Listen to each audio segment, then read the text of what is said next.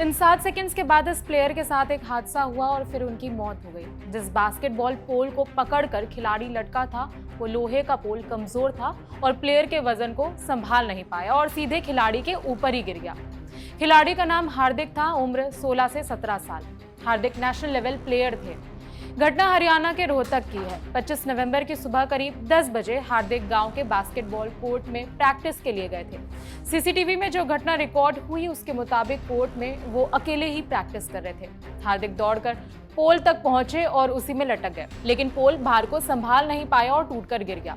हार्दिक गिरे और उनके ऊपर लोहे का पूरा पोल गिर पड़ा। हादसे के बाद आसपास के दूसरे खिलाड़ी आए, हार्दिक को निकाला और पीजीआई रोहतक में एडमिट कराया गया, लेकिन कुछ देर के इलाज के बाद खिलाड़ी की मौत हो गई।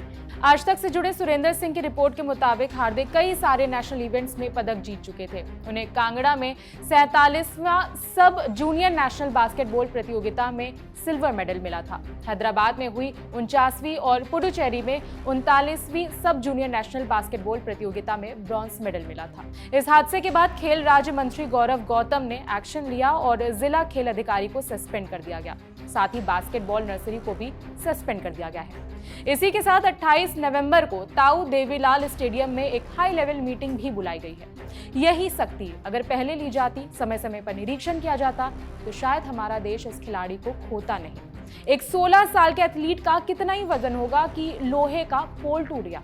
मौत का कारण सिर्फ कमजोर पोल नहीं, प्रशासन भी है।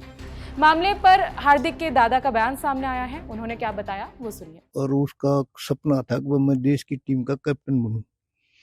अब वो इस 17 साल की उम्र में नेशनल खिलाड़ी हो गया था। अब नेशनल जाना था, स्टेट में उसका हो गया था। लेकिन ऐसा होना बच्चे से हम बहुत ज्यादा गमगीन है।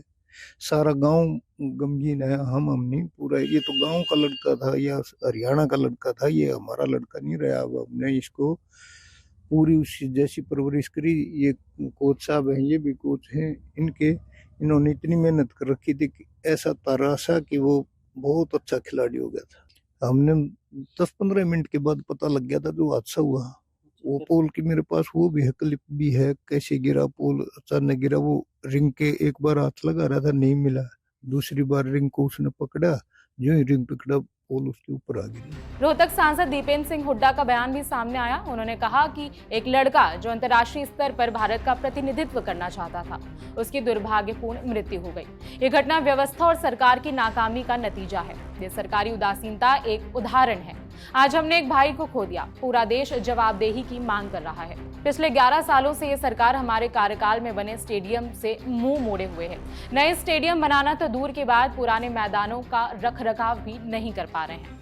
खेलों के लिए गुजरात को 601 करोड़ दिए गए थे, जबकि हरियाणा को केवल 80 करोड़ रुपए मिले।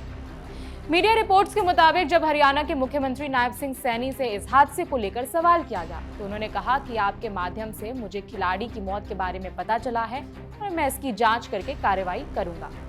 जिस तरह से खिलाड़ी की मौत हुई है, ये सिर्फ हादसा नहीं है, लापरवाही भी है। जब कोई खिलाड़ी मेडल जीतकर आता है तो हम उसे सेलिब्रेट करते हैं, लेकिन वो खिलाड़ी वहां तक कैसे पहुंचता है, किन परिस्थितियों से होकर गुजरता है, ये कमजोर पोल उसका जवाब है। इस खबर में फिलहाल इतना ही। मेरा नाम है विभावरी। बाकी अपडेट्स के लिए देखते रहिए ललन टॉप।